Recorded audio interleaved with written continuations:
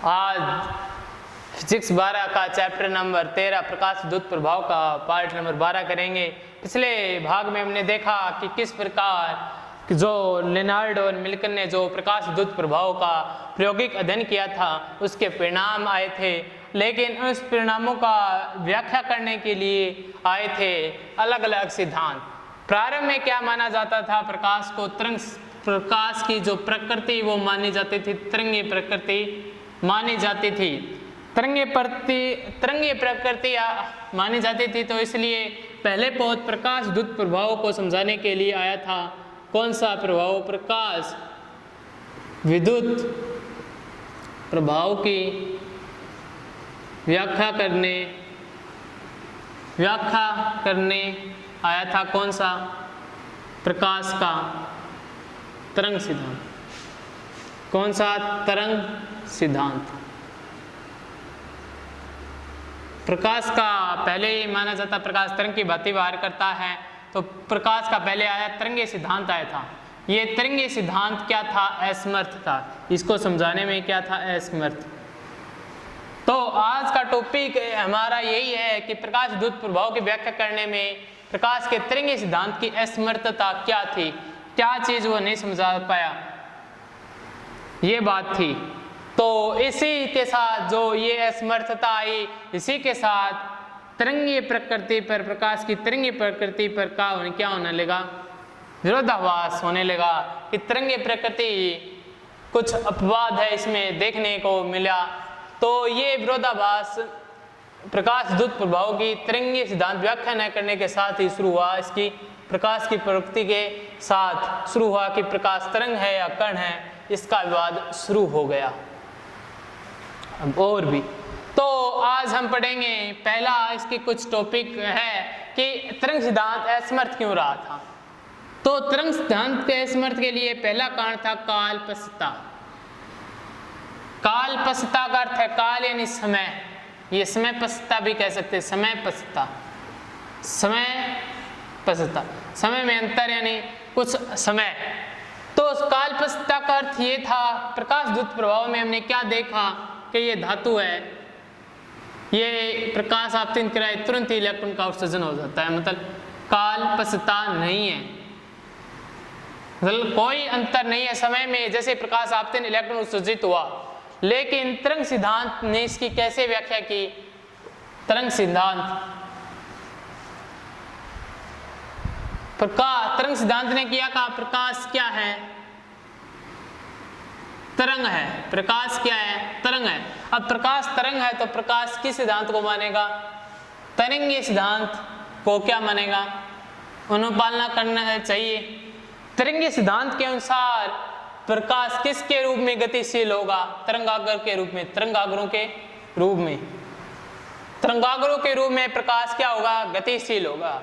अब तरंगाग्र की जो एनर्जी है, ऊर्जा है, वो किस पर डिपेंड करती है? वो करती आयाम पर, यानी आयाम यानी साइज, तरंगाग्र का साइज पर डिपेंड करती है। तरंगाग्र का साइज आयाम पर डिपेंड करती है। ऊर्जा यानी प्रकाश की तीव्रता पर निर्भर करती है, क्योंकि तीव्रता आयाम पर डिपेंड है। तो ऊर्जा है वो आयाम पर डिपेंड है, यानी साइज पर। अब तरंगाग्र का जितना बड़ा साइज होगा, बड़ा साइज उतनी क्या होगी? इसकी ऊर्जा ज्यादा, ऊर्जा क्या होगी? ज्यादा। तो ये इसने तरंग सिद्धांत ने बता दिया कि साइज बड़ा होगा, आयाम ज्यादा होगा, तरंगाग्र की ऊर्जा होगी। अब मान लीजिए ये धातु की सतह है, इस पर ये तरंगे आ रही है तरंगाग्र के रूप में। तो क्या होता है कि ये तरंगाग्र जितना बड़ा साइज है तरंगाग्र का, क्योंकि बिंदुनुमा स्रोत है तो गोलीय तरंगाग्र आएगा। ये गोलीय तरंगाग्र समतल तरंगाग्र ये ऐसे होगा, ये तरंगाग्र आया हमारा, मान लीजिए ऐसा गोलीय। तो क्या होगा? ये जितना इसका एरिया है उसके इस एरिया पर मान लीजिए आपतित हुआ, वैसे ये ऐसे है, मान लीजिए ये ऊपरी सतह यही है, मान लीजिए ऊपरी सतह, ये ऊपरी सतह, धातु की ऊपरी सतह। तो ये ऐसे प्रकाश आपतित हो रहा है इसमें। तो ये है ना, ये तरंगाग्र इस पूरे एरिया को कवर करेगा। यहाँ पर जितने भी जो इलेक्ट्रॉन हैं इस एरिया में, इस क्षेत्र में जितने भी इलेक्ट्रॉन है इस एरिया में, इस क्षेत्र में जितने सभी इलेक्ट्रॉन क्या है, सभी इलेक्ट्रॉन मतलब तरंगाग्र के साइज के जो प्रदीप्त क्षेत्र है उसके सभी इलेक्ट्रॉन यानी प्रदीप्त क्षेत्र के सभी इलेक्ट्रॉनों को क्या देता है, ऊर्जा देता है, ऊर्जा देता है।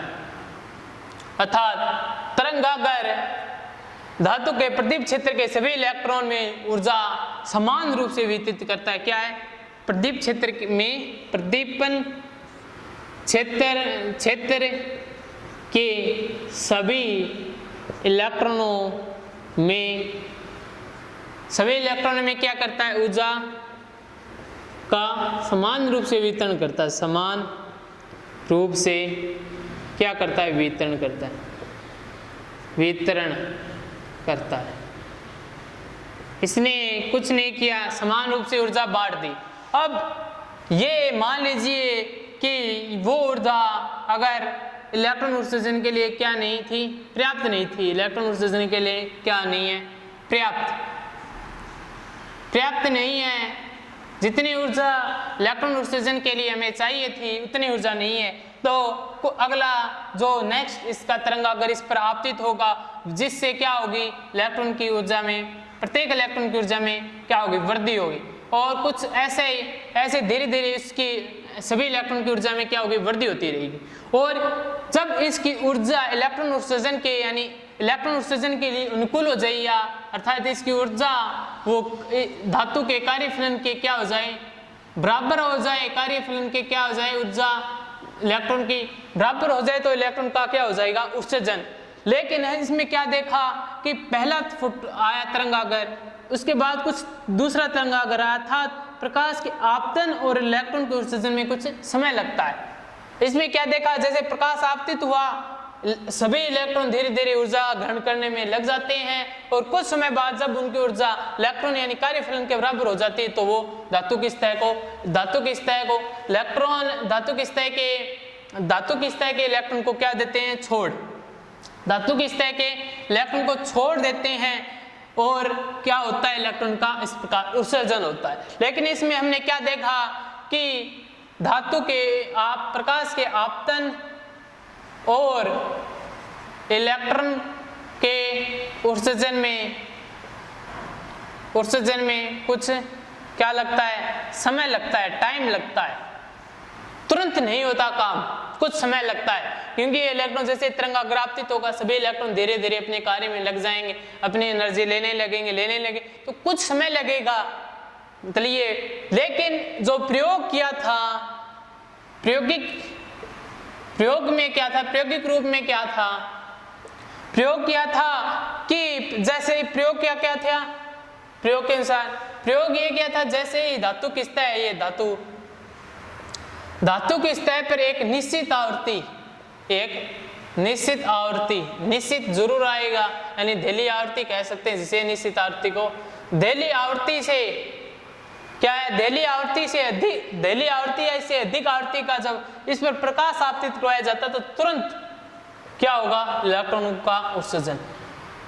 जब धातु की सतह पर धेली आवृत्ति या धेली आवृत्ति से अधिक आवृत्ति का प्रकाश आपतित करवाया जाता है, तो तुरंत ही इलेक्ट्रॉनों को क्या होगा, उत्सर्जन होगा। इलेक्ट्रॉन का उत्सर्जन प्रकाश के आपतन के 10⁹ सेकंड बाद हो जाएगा। ये था ये, और इसने क्या कहा, तरंग सिद्धांत में कुछ समय लगता है। ये तो तरंग सिद्धांत के अनुसार, ये है प्रायोगिक डाटा, लेकिन इनमें अंतर है। तो आप क्या कहेंगे कि तरंग सिद्धांत कल्पस्तता को नहीं समझा पाया कि इलेक्ट्रॉन के आपतन और प्रकाश के आपतन तथा इलेक्ट्रॉन के उत्सर्जन में जो समय अंतर है उसको डिफाइन नहीं कर पाया, वो बहुत ही कम है। तो इस कारण क्या हुआ, तरंग सिद्धांत फेल हो गया इस कारण एक बार। अब आगे और भी कारण थे जिसके कारण तरंग सिद्धांत फेल हुआ, ये कारण नहीं था। अब आगे दूसरा कारण देखते हैं तरंग सिद्धांत के फेल होने का।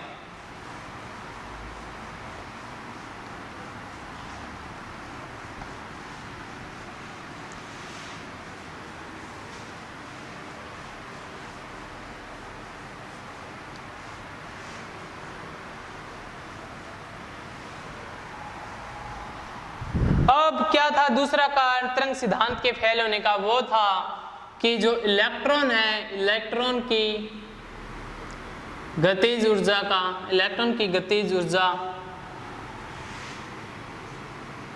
ऊर्जा पर तीव्रता का प्रभाव।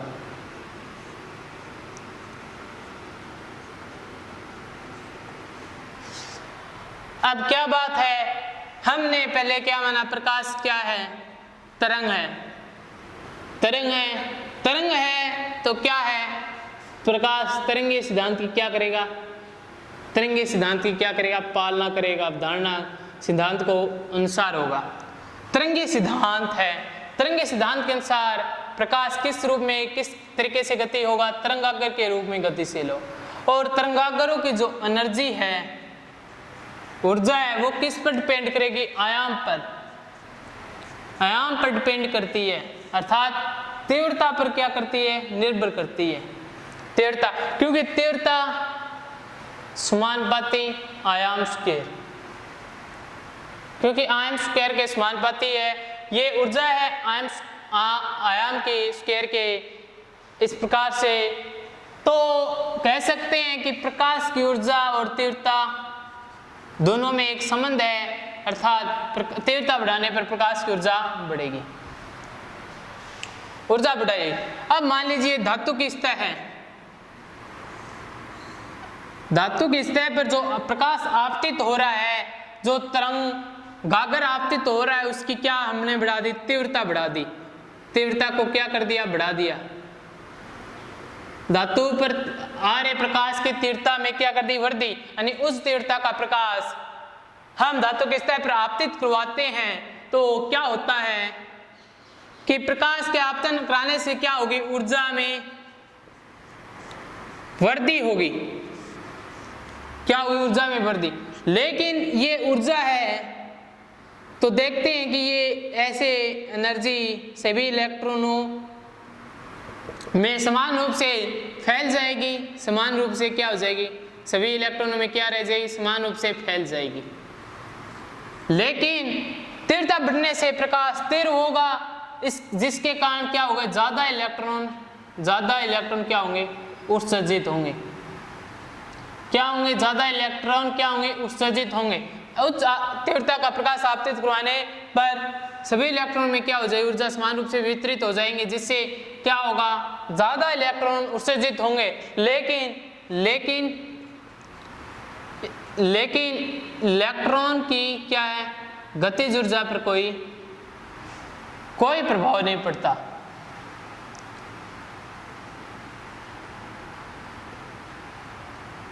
क्या हो जाएगा? पहले 10 इलेक्ट्रॉन उत्सर्जित होते हैं, तीव्रता बढ़ाने पर 15 इलेक्ट्रॉन उत्सर्जित हो जाएंगे। लेकिन इनकी जो गतिज ऊर्जा है वो तीव्रता बढ़ाने पर कोई प्रभावित नहीं होगी। तो प्रायोगिक क्या कहा? प्रयोग में कहा कि तीव्रता बढ़ाने पर इलेक्ट्रॉन की ऊर्जा पर कोई प्रभाव नहीं पड़ेगा, क्योंकि तीव्रता बढ़ाने पर इलेक्ट्रॉन, उत्सर्जित इलेक्ट्रॉन की संख्या पर क्या होगा? वृद्धि होगी। उत्सर्जित इलेक्ट्रॉन है वो ज्यादा हो जाएंगे, जिससे प्रकाश विद्युत धारा बढ़ जाएगी। तो यही कहा गया कि प्रायोगिक परिणाम में के अनुसार प्रकाशित इलेक्ट्रॉन की अधिकतम ऊर्जा प्रकाश की तीव्रता पर निर्भर नहीं करती, क्योंकि ये सभी इलेक्ट्रॉन की क्या हो जाएगी? काइनेटिक जो ऊर्जा होगी वो समान होगी और कार्यफलन अलग अलग होगा। कार्यफलन के आधार पर निकल जाएंगे। तो इलेक्ट्रॉन की गतिज ऊर्जा का तीव्रता पर कोई प्रभाव नहीं पड़ता। लेकिन इसके अनुसार, तरंग सिद्धांत के अनुसार क्या होना चाहिए? पढ़ना चाहिए। क्योंकि तरंग सिद्धांत ने क्या कहा कि ये प्रकाश की तीव्रता, ये प्रकाश तीव्रता बढ़ाने पर प्रकाश की ऊर्जा में बढ़ी होगी, जिससे ये ऊर्जा सभी इलेक्ट्रॉन में समान रूप से वितरित हो जाएगी। इन इलेक्ट्रॉन की ऊर्जा में क्या होगी? वृद्धि होगी। तो इलेक्ट्रॉन की ऊर्जा में वृद्धि होगी, और जो इलेक्ट्रॉन की ऊर्जा में वृद्धि है तो कुछ ऊर्जा तो क्या हो जाएगी? कार्यफलन के रूप में नष्ट हो जाएगी, और बाकी शेष ऊर्जा काइनेटिक एनर्जी के रूप में रहेगी, जिससे क्या हो जाएगी? काइनेटिक एनर्जी क्या हो जाएगी? काइनेटिक ऊर्जा में क्या होनी चाहिए? वृद्धि होनी चाहिए। ये तो तरंग सिद्धांत ने कह डाला कि तीव्रता, जो गतिज ऊर्जा है वो तीव्रता पर निर्भर करनी चाहिए। लेकिन जो प्रयोग हुआ उसमें क्या कहा? इलेक्ट्रॉन की गतिज ऊर्जा का कोई प्रभाव नहीं पड़ता। क्योंकि तीव्रता बढ़ाने से क्या होता है, उत्सर्जित इलेक्ट्रॉन की संख्या में क्या होनी चाहिए, वृद्धि होनी चाहिए, जबकि तरंग सिद्धांत ने इसका उल्टा कहा, इसलिए हमें इसे नकार दिया गया, सही नहीं है। तरंग सिद्धांत ने कहा कि इलेक्ट्रॉन की गतिज तीव्रता पर डिपेंड करती है, लेकिन वास्तव में ये तीव्रता से कोई संबंध नहीं रखती।